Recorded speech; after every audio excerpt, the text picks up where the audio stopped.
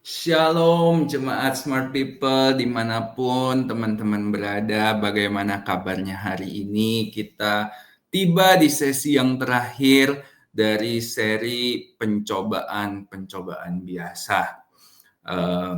Saya harap di hari yang terakhir ini kita bisa sama-sama udah punya mindset bagaimana kita melihat persoalan dalam hidup kita. Bagaimana kita tahu bahwa pencobaan yang Tuhan izinkan terjadi dalam hidup kita adalah pencobaan yang dialami semua orang. Orang benar maupun orang yang tidak kenal Tuhan juga mengalami pencobaan kok. Cuma bedanya kita punya Tuhan yang membela kita, Tuhan yang pegang kehidupan kita sehingga kita nggak dibiarkannya jatuh sampai tergeletak. Dan hari ini kita mau belajar teladan dari Yesus,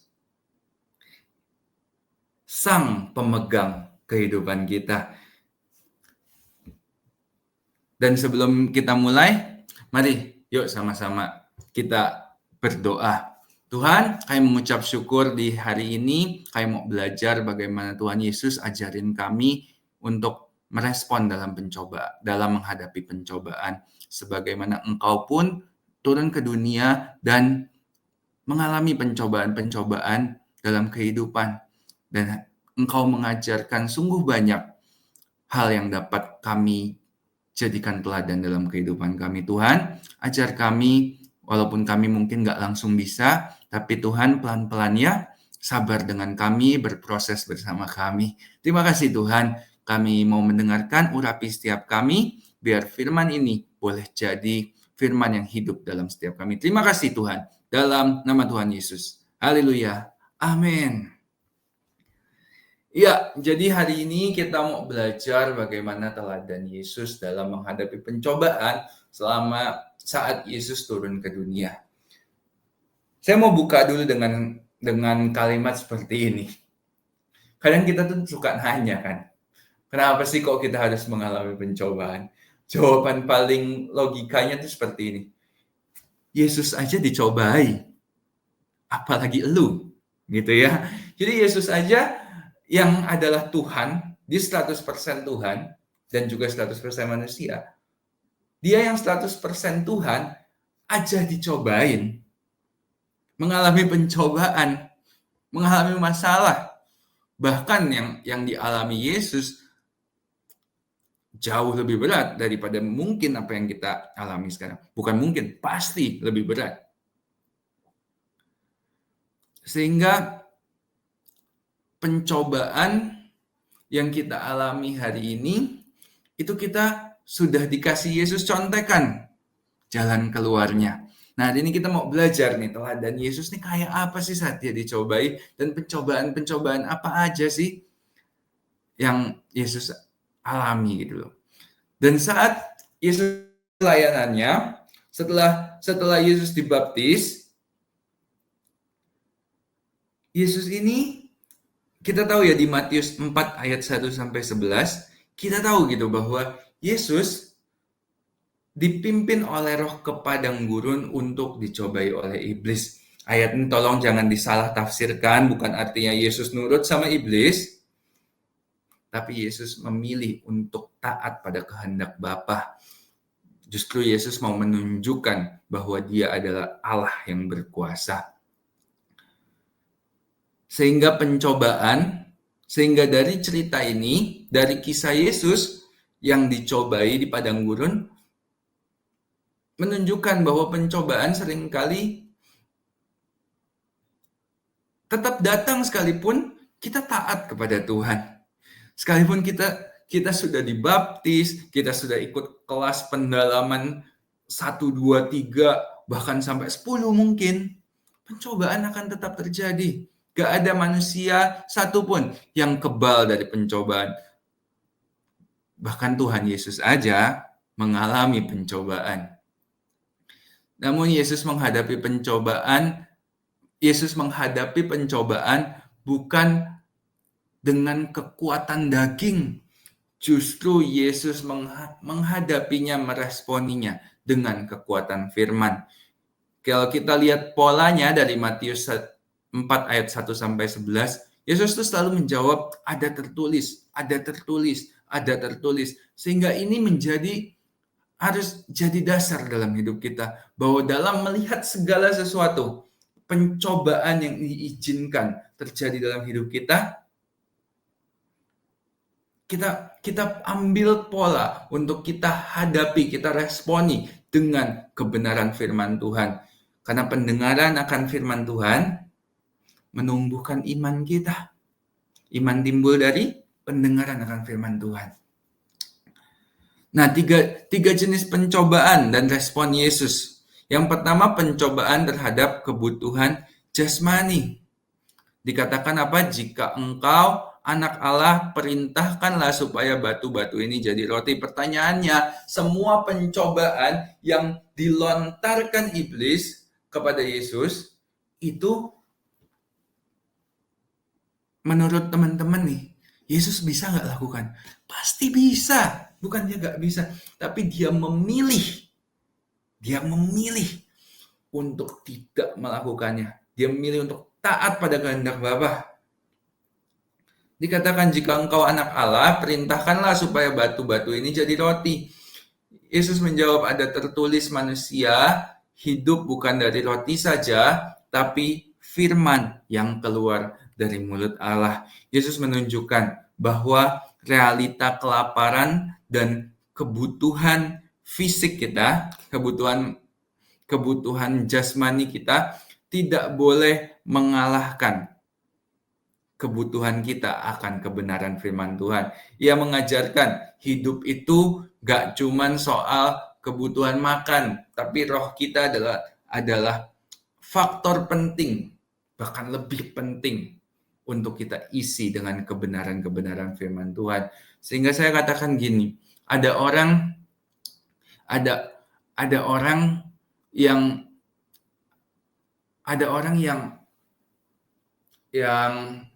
mungkin dia melayani dalam bentuk memberi. Itu baik sekali. Yesus ajarkan kok untuk kita menolong. Yesus ajarkan kok untuk kita punya belas kasihan terhadap orang lain. Itu baik. Namun di sisi lain, jangan sampai dengan seperti itu kita melihat orang yang mungkin dia tidak punya kemampuan untuk memberi, tapi hidupnya dedikasi untuk mementori orang-orang. Saya kenal orang seperti itu.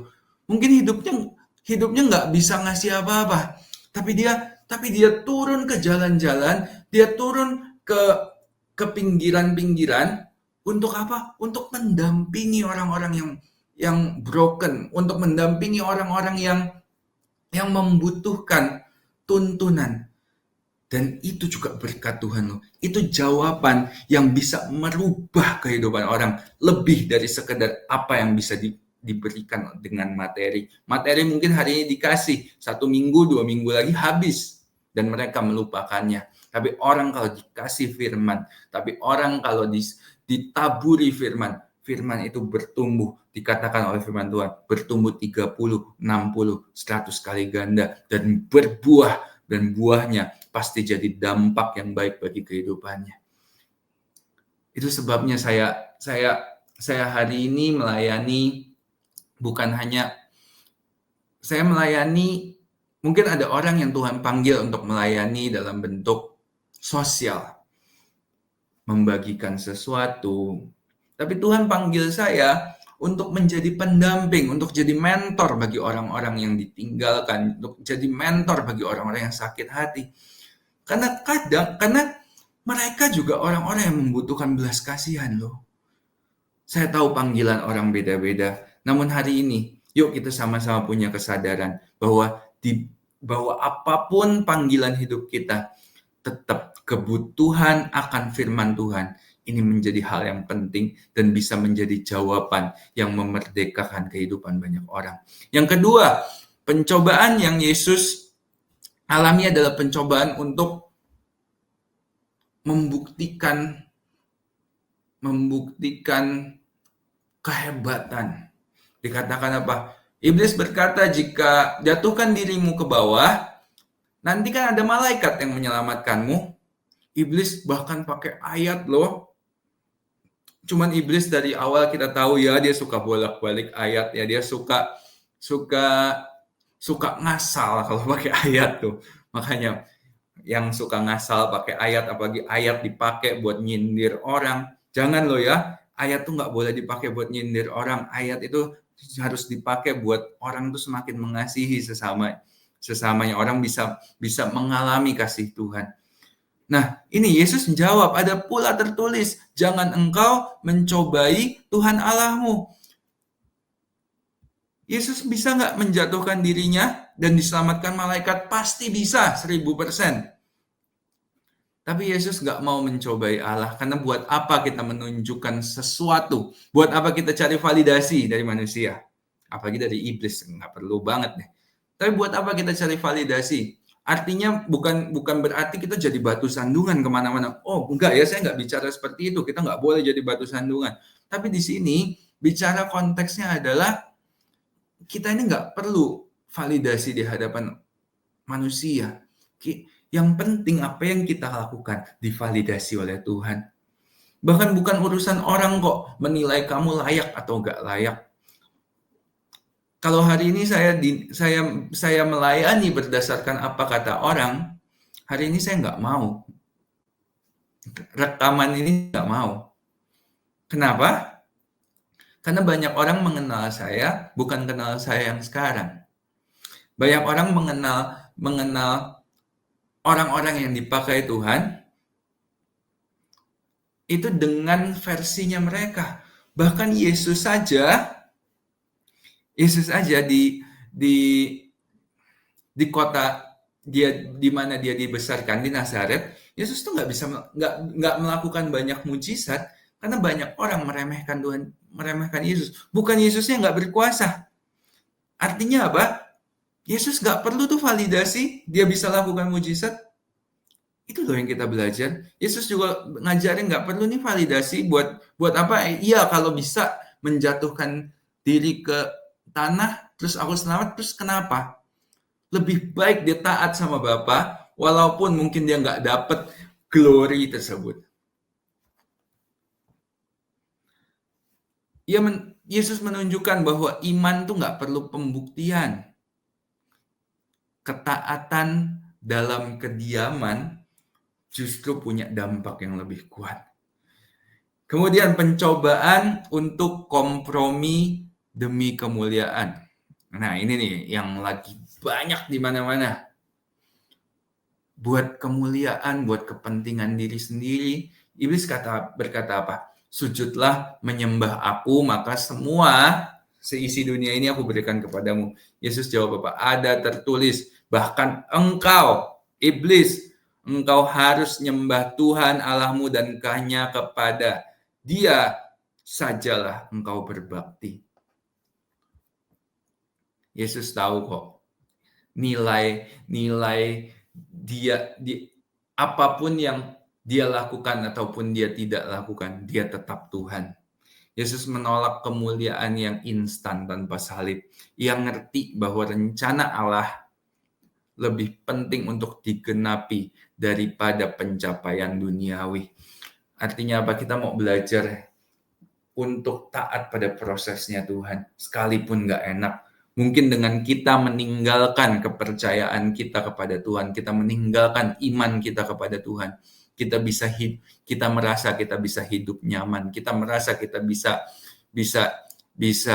punya kehidupan yang lebih baik. Namun satu hal yang pasti, apa yang diperoleh dengan cara yang mudah, sebuah prinsip dunia pun mengajarkan easy to get, easy to lose. Artinya apa?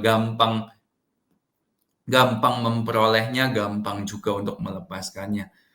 Tapi kalau orang yang setia pada prosesnya Tuhan, apapun yang diizinkan terjadi dalam hidup dia bisa bertahan untuk mempertahankan apa yang Tuhan berikan dalam hidupnya. Yesus mengajarkan prinsip kemenangan dalam pencobaan. Yesus tidak hanya memberi teladan, ia juga memberikan prinsip hidup yang harus kita pegang, yaitu apa? Masalah itu realita. pencobaan dalam hidup kita itu realita. Tapi saya mau mengutip nih sebuah kata-kata dari seorang hamba Tuhan, Pastor Billy Lantang namanya. Dia pernah berkata gini, tapi kenyataan harus tunduk kepada kebenaran. Wah, saya saat dengar itu, saya rasa kalimat itu sangat powerful dan sangat mengena di hati saya. Masalah itu realita, tapi realita yang kita hadapi harus tunduk pada kebenaran firman Tuhan. Yesus ngajarin bahwa kesulitan dan pencobaan adalah bagian dari kehidupan manusia, tidak bisa dipisahkan. Dunia ini sudah jatuh dalam dosa sehingga masalah itu ada di mana-mana. Namun bukan untuk ditakuti, bukan untuk kita jadi nggak berbuat apa-apa, karena firman Tuhan punya otoritas yang lebih tinggi dari realita manapun. Yesus kelaparan di padang gurun, itu realita. Namun saat ia berkata, ada tertulis, kebenaran tersebut menundukkan realita yang terjadi. Realitanya Yesus lapar. Realitanya Yesus harus menderita suatu hari nanti. Tapi firman Tuhan membuat Yesus mampu mempertahankan dan menggenapi rencana Tuhan dalam kehidupannya. Dalam misi penyelamatannya, Yesus mampu bayangkan kalau Yesus akhirnya nggak kuat. Ya nggak mungkin nggak kuat, tapi kita coba berandai-andai. Artinya ada cerita bahwa Yesus kalah. Tapi enggak tuh. Ceritanya walaupun Yesus kelaparan 40 hari 40 malam, nggak makan, nggak minum. Tapi Yesus akhirnya menang. Dan misi penyelamatannya menebus Anda dan saya hari ini.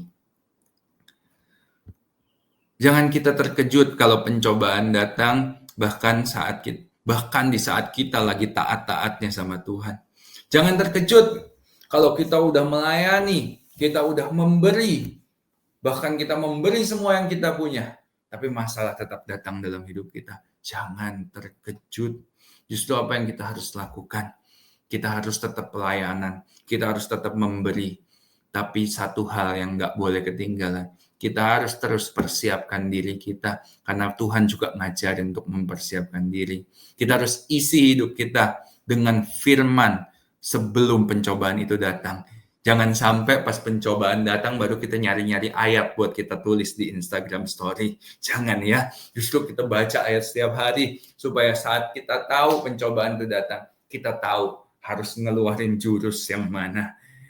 Kita harus hadapi realita dengan deklarasi kebenaran, bukan nurut dengan perasaan. Karena kalau kita nurut dengan perasaan, kita akan berkata hidup ini nggak adil. Kita akan berkata Tuhan jahat sama saya. Kita akan berkata Tuhan nggak mengasihi saya. Tapi kalau kita deklarasikan kebenaran bahwa apapun boleh terjadi dalam hidup kita, tapi Tuhan Yesus tetap mencintai saya, itu adalah sebuah realita, itu adalah sebuah fakta, itu adalah kebenaran yang tidak dapat ditawar oleh apapun.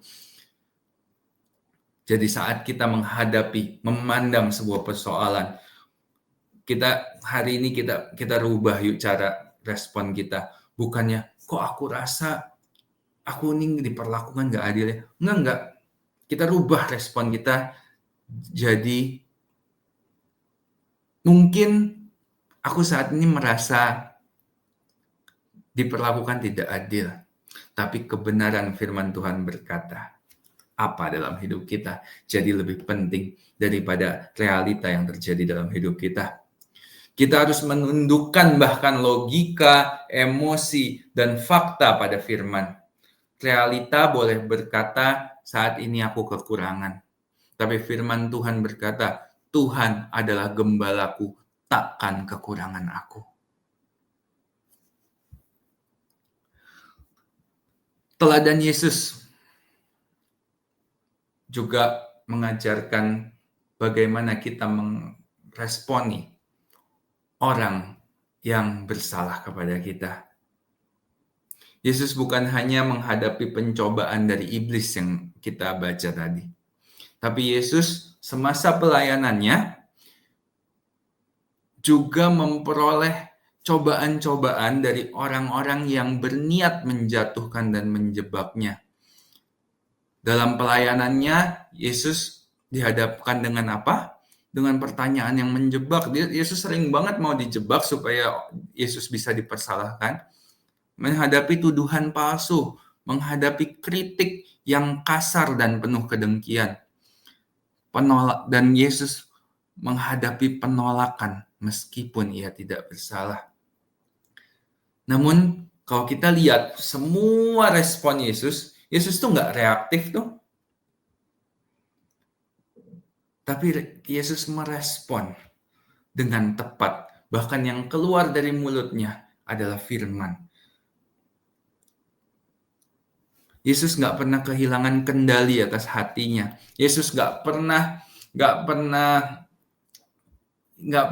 jadi tiba-tiba dikatakan Yesus emosi. Oh, nggak ada. Yesus tetap tenang. Inilah teladan yang harus kita ikuti. Yesus tetap tenang. Yesus tetap punya kendali atas pikirannya dan atas perkataannya sehingga ia tahu apa yang harus dikatakan. Yesus menghadapi tuduhan dan pertanyaan menjebak justru dengan hikmat. Kita buka yuk Matius 22 ayat 15 sampai 22.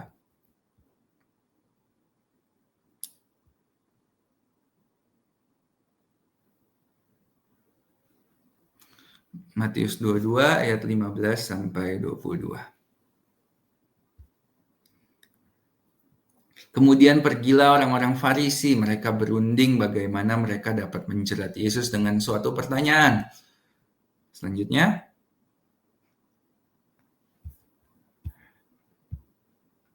mereka menyuruh murid-murid mereka bersama-sama orang-orang Herodian bertanya kepadanya, "Guru, kami tahu engkau adalah seorang yang jujur dan dengan jujur mengajar jalan Allah dan engkau tidak takut kepada siapapun juga sebab engkau tidak mencari muka." 17. Katakanlah kepada kami pendapatmu, apakah yang diperbolehkan membayar pajak kepada kaisar atau tidak? Selanjutnya, tetapi Yesus mengetahui kejahatan hati mereka itu lalu berkata, "Mengapa kamu mencobai aku, hai orang-orang munafik?" 19.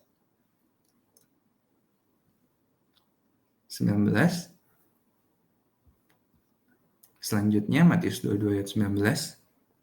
Tunjukkanlah kepadaku mata uang untuk pajak itu. Mereka membawa suatu dinar kepadanya. 20. Ayat 20. Maka ia bertanya kepada mereka, gambar dan tulisan siapakah ini? 21.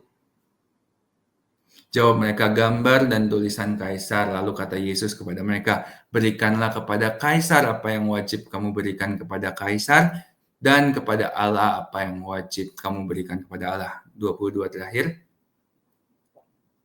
Mendengar itu heranlah mereka dan meninggalkan Yesus lalu pergi. Kita akan ketemu kok dengan orang-orang kayak gini. Kita akan ketemu dengan orang-orang yang datang ke kehidupan kita bukan karena peduli sama hidup kita, tapi karena mereka pengen aja ngelihat kita jatuh. Saat ayat yang tadi kita baca, kalau Yesus bilang boleh, ia akan dianggap tidak setia pada bangsanya.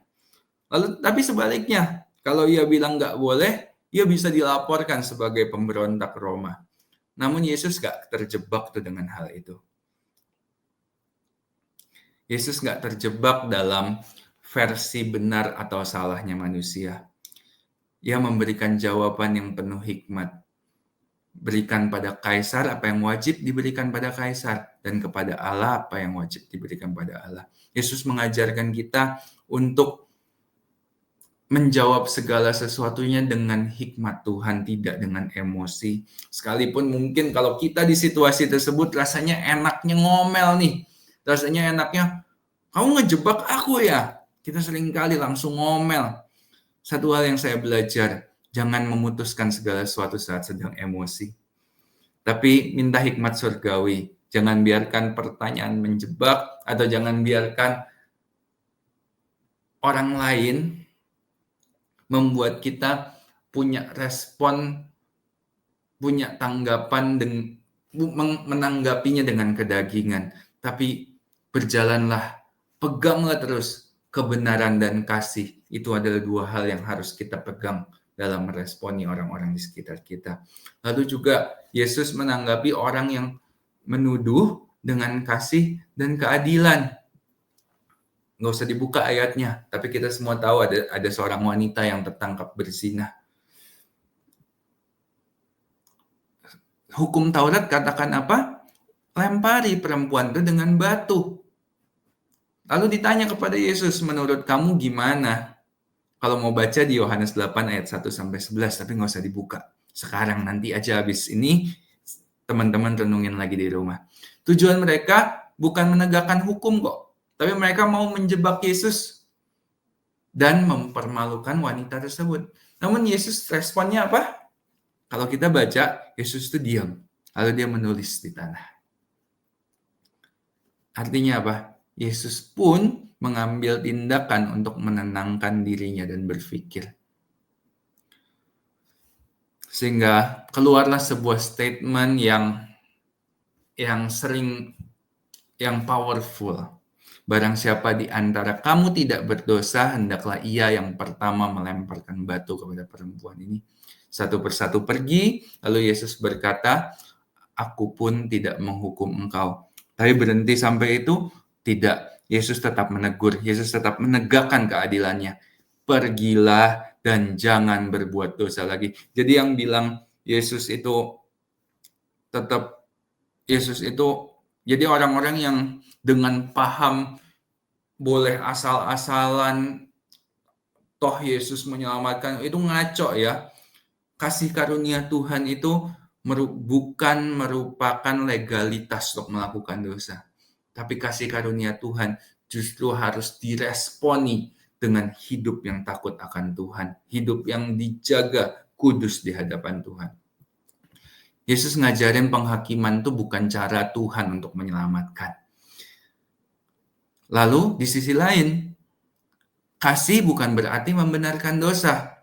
Tapi justru kasih harus kasih itu harus membuka jalan pada pertobatan.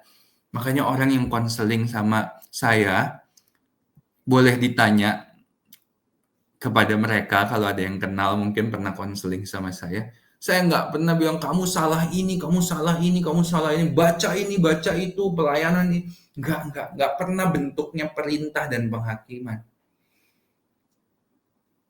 Namun saya selalu menekankan bahwa setiap orang dikasihi Tuhan. Karena apa? Karena saat orang melakukan dosa, secara alami dia merasa bahwa dia tidak dikasihi Tuhan. Dia secara alami manusia merasa bahwa dia dihukum Tuhan. Tapi hari ini kita mau belajar dalam meresponi orang yang jahat, orang yang berdosa. Kita juga harus seperti Tuhan, memutuskan untuk mengasihi. Bukan untuk membenarkan perbuatannya, tapi justru untuk membuat dia sadar bahwa dia dikasihi dan dia memerlukan kebenaran firman Tuhan. Jadi kita bisa tetap tegas terhadap dosa tanpa kehilangan kelembutan hati kita pada orang yang berdosa, bahkan orang yang bersalah kepada kita. Ketiga, Yesus tidak membalas dengan kebencian. Yesus menyembuhkan orang pada hari Sabat dan orang Farisi justru ingin membunuhnya karena itu. Itu ngawur aja memang tuh cerita. Namun Yesus tetap menyatakan kasih dan kuasanya, walaupun tahu bahwa tindakan itu memancing kemarahan bagi mereka, tapi Yesus memutuskan untuk melakukan kehendak Bapa. Yesus punya hati yang berbelas kasihan pada jiwa-jiwa. Lalu juga saat diadili, Yesus diam di hadapan tuduhan palsu yang gak bela diri dengan emosi. Tidak membalas hujatan dan hinaan dari begitu banyak orang. Ia tahu identitasnya dan dia tidak perlu membuktikan diri dengan cara dunia. Kemenangan sejati kita orang percaya bukan terletak pada kehidupan orang lain, bukan terletak pada anggapan orang lain, bukan terletak pada perkataan orang lain.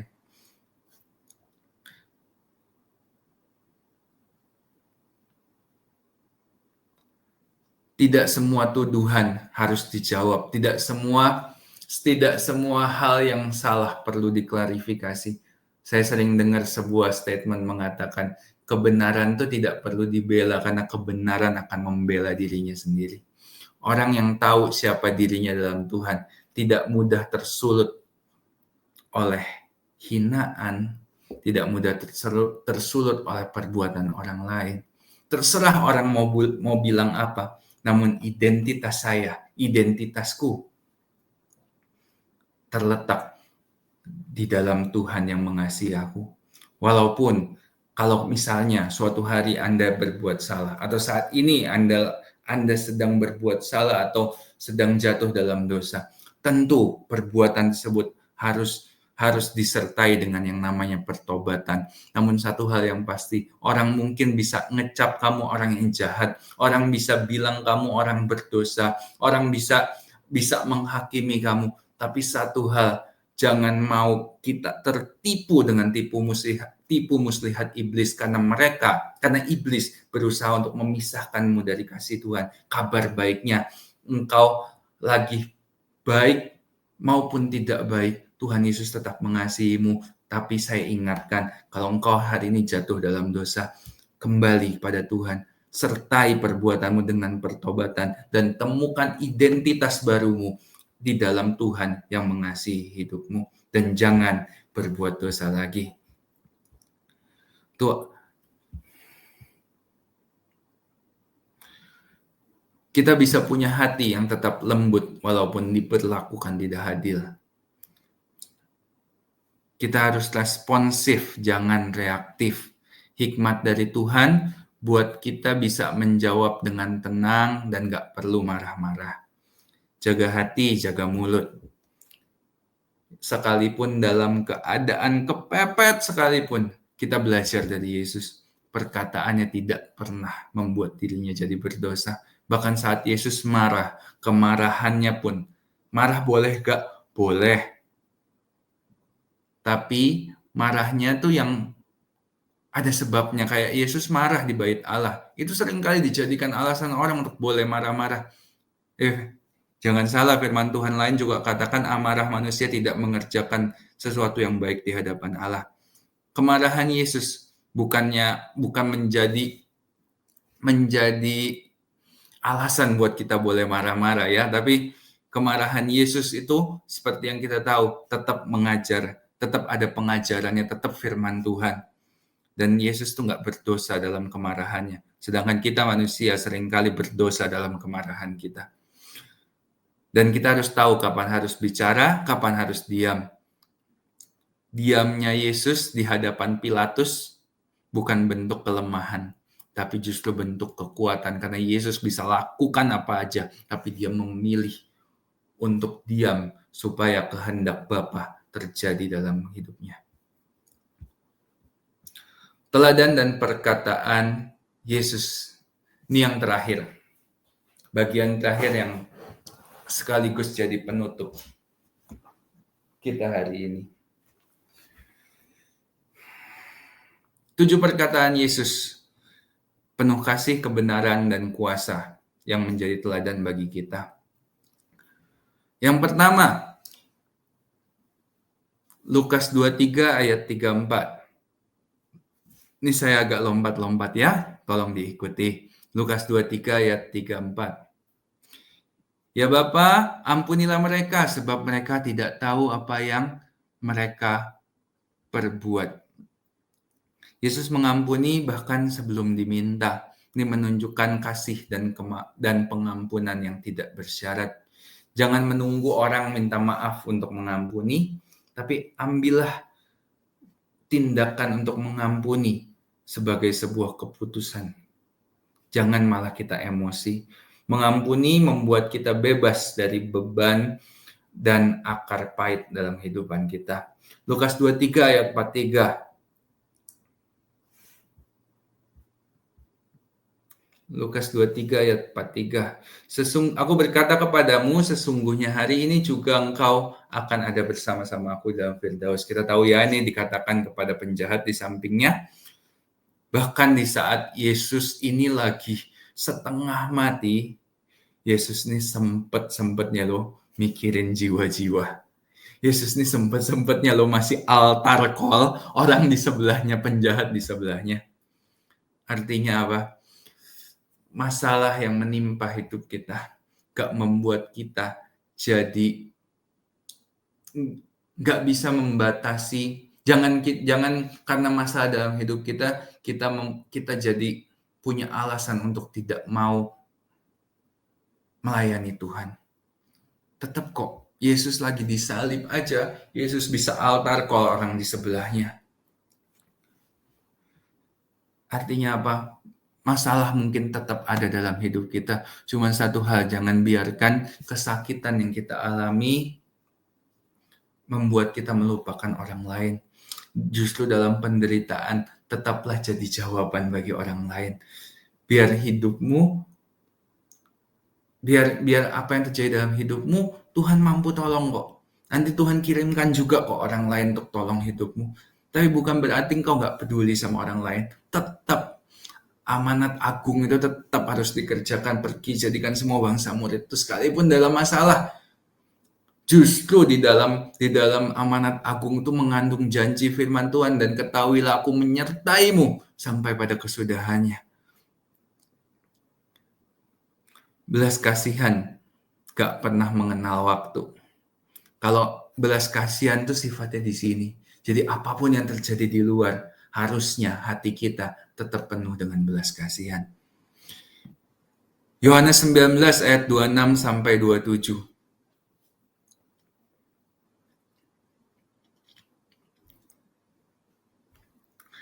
Yohanes 19 ayat 26. Ketika Yesus melihat ibunya dan murid yang dikasihinya di sampingnya, berkata ia kepada ibunya, "Ibu, inilah anakmu." Selanjutnya 27. Kemudian katanya kepada muridnya, "Inilah ibumu." Dan sejak saat itu murid itu menerima dia di dalam rumahnya. Saya nggak mau terlibat dalam perdebatan doktrin tentang ini. Namun satu hal yang saya ambil daripada hati Yesus adalah apa? Saat dia dalam kesakitan sekalipun, dia nggak pernah fokus tuh pada dirinya sendiri. Dia tetap bilang apa? Tolong, dengan kata lain, Yesus ini nyampein apa? Kepada ibunya dan kepada murid-muridnya. Hei, tolong kalian nih saling take care satu sama lain. Tolong kalian nih saling mempedulikan kehidupan satu sama lain. Bahkan dia saat menderita, Yesus masih mikirin kehidupan orang-orang yang akan ditinggalkannya. Kasih yang sejati tetap peduli, bahkan dalam kesempitan. Matius 27 ayat 46.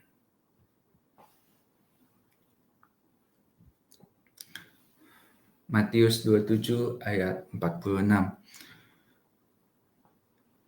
Berserulah Yesus dengan suara nyaring, "Eli, Eli, lama sabachthani," artinya Allahku, Allahku, mengapa engkau meninggalkan aku? Terjemahan aslinya, Allahku, Allahku, mengapa engkau meninggalkan dan membiarkan aku? Itulah arti Eli, Eli, lama sabachthani. Perkataan ini menunjukkan bahwa Yesus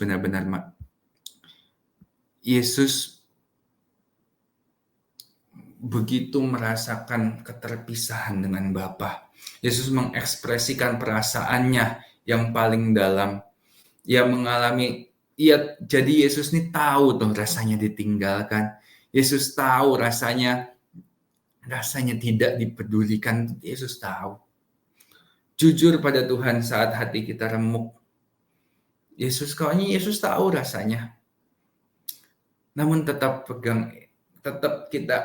dalam kesesakan apapun, kita tetap bisa panggil dia. Kita lihat Yesus dalam kesesakan sekalipun, walaupun dia tahu Allah itu sedang memalingkan wajahnya daripada dia, karena Allah aja nggak seolah-olah Allah ini nggak tega lihat anaknya diperlakukan seperti itu. Walaupun kita melihat mungkin Tuhan sedang memalingkan perhatian daripada kita, walaupun di saat ini tidak mungkin karena Allah justru sedang memperhatikan kita. Tapi walaupun seolah-olah kita merasa ditinggalkan, tetap kita sebut Allahku. Datang kepada Tuhan dengan hati yang hancur. Yohanes 19 ayat 28.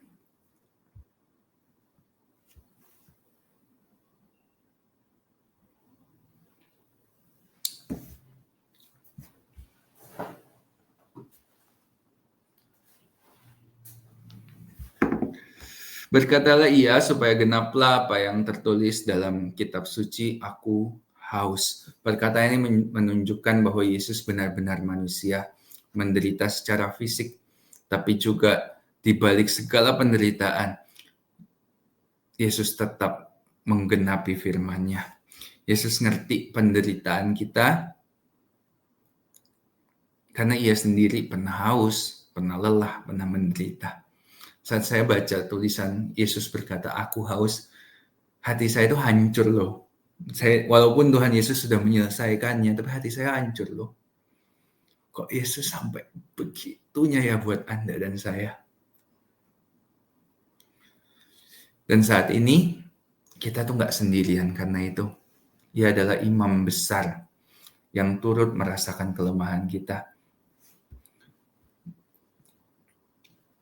Yohanes 19 ayat 30.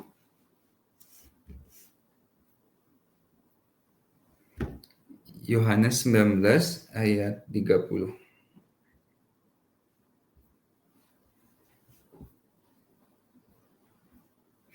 Sesudah Yesus minum anggur, asam itu berkatalah, ia sudah selesai. Lalu ia menundukkan kepalanya dan menyerahkan nyawanya. Yesus tidak kalah, ia justru menyelesaikan misinya. Ini bukan perkataan keputusasaan, tapi justru kemenangan. Jangan berhenti sebelum tugasmu selesai. Kita dipanggil untuk menyelesaikan pertandingan iman, bukan sekedar memulainya. Lukas 23 ayat 46, ya Bapa, ke dalam tanganmu kuserahkan nyawaku. Yesus menyerahkan hidupnya sepenuhnya kepada Bapa. Akhiri hal dengan iman. Apa yang dimulai roh harus diakhiri dengan roh. Di tengah ketidakpastian, Tuhan ngajarin untuk tetap percaya. Kepadamulah kuserahkan nyawa. Aku tetap percaya sama Tuhan walaupun keadaannya sesesak apapun dalam hidup kita. Dan saya akan tutup dengan satu kalimat, dengan statement ini.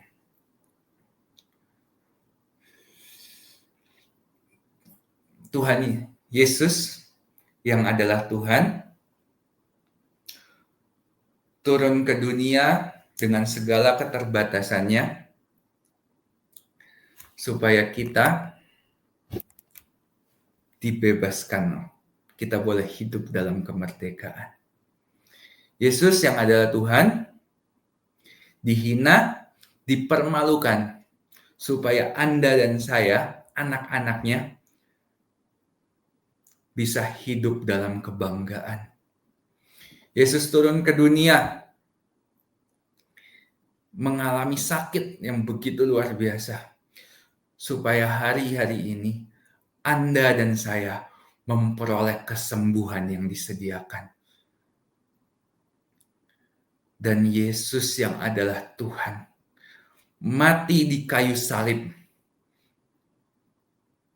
Dia yang adalah Tuhan rela mati bagi Anda dan saya supaya Anda dan saya memperoleh kehidupan kekal bersama-sama dengan Dia. Mari sama-sama kita berdoa. Tuhan, kami mengucap syukur buat teladan yang Kau berikan kepada kami. Engkau Allah yang hidup. Engkau Allah yang bukan hanya bicara, tapi Engkau Allah yang memberikan teladan yang nyata dalam hidup kita. Ampuni kami kalau kami masih jauh dari kata sempurna dalam meneladani Engkau dalam hidup kami. Tapi Tuhan, buat kami punya hati, buatlah kami mampu untuk menjalani kehidupan yang berat ini dengan melakukan teladan Tuhan. Tuhan Yesus, terima kasih udah begitu baik sama kami. Tuhan Yesus, terima kasih udah begitu sayang sama kami. Tuhan Yesus, terima kasih udah jadi contoh yang baik dan benar dalam hidup kami. Tuhan, kalau saat ini ada teman-teman yang mungkin belum kenal siapa Tuhan Yesus, yang baru saja saya saya ceritakan tadi, yuk sama-sama ikuti doa saya. Tuhan Yesus, mulai hari ini, aku menyerahkan hidupku kepadamu.